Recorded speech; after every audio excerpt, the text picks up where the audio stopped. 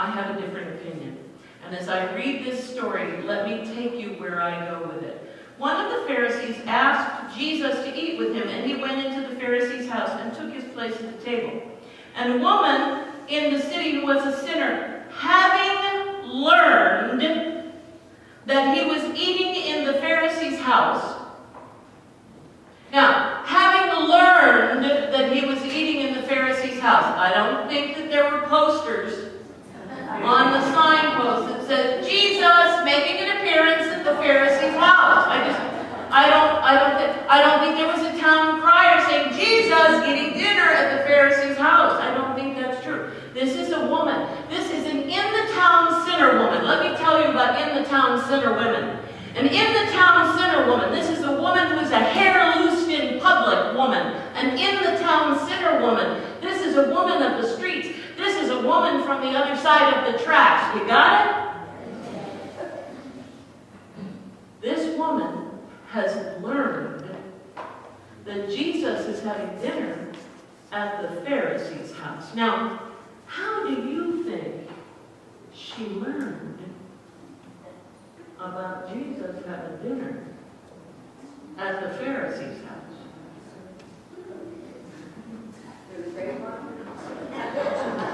Gladys Knight and the Pips.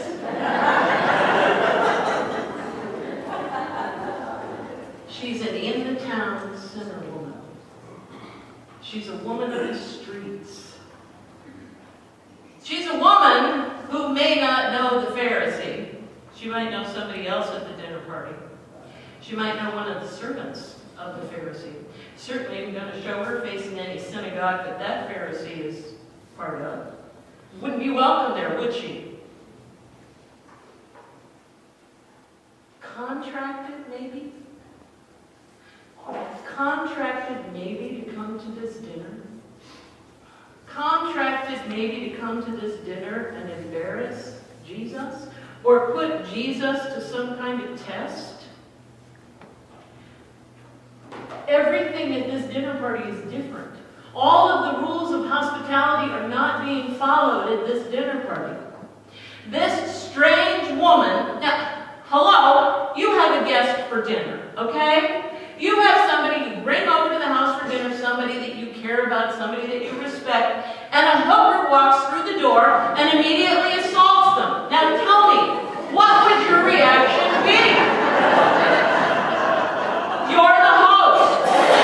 What's your reaction? This host has no such reaction. This host is not incensed. This host is not disgusted. This host does not leap up from where he is and try to throw her out. This woman of the streets, this in-the-town sinner woman, has come into the dinner party and she has focused right on Jesus. There are other people at this party, but she's gone straight to the Jesus man. And she has gone to his feet and she has begun to wash his feet with her tears. Now, how many of you would react in a different way to this woman coming and starting to caress your feet with her tears? Caress your feet with her hair. You have to understand the social mores of the day. You have to look at this picture. This is so complex. This scene is so much more complex than something simple. Here is this woman who has come into the house, who has invaded the house, who has invaded the dinner party, so to speak. But she's contracted. She's been brought into the house to perhaps discredit Jesus. Now, I know there are scholars that are going to disagree with me, but the text tells me something different. The text suggests to me that somebody told her to come. What's different in this story is that Jesus didn't react the way we would think he would react. He didn't react the way Simon the Pharisee expected him to react. He did not a sarcastic, cruel remark to Simon and say, "Hey, Simon, thanks for sending me your sister." He didn't say some cruel remark like, "Hey, Simon, what's your daughter's name?" He was silent and let this woman minister to him. And I don't know if he talked to her. I don't know if he looked at her. I don't know if he placed his hands on her. I don't know if he touched her, if he thanked her. I don't know what he did. But what he didn't do was react. And when he didn't react badly, when there wasn't upheaval in that house, when there wasn't him yelling and screaming, "Get off me, you dirty woman,"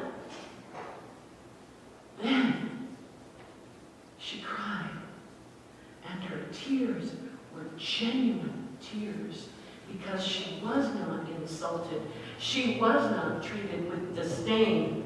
Rather, she was allowed to do what she was doing, to wash his feet, to anoint his feet, his dusty, dry, and broken feet.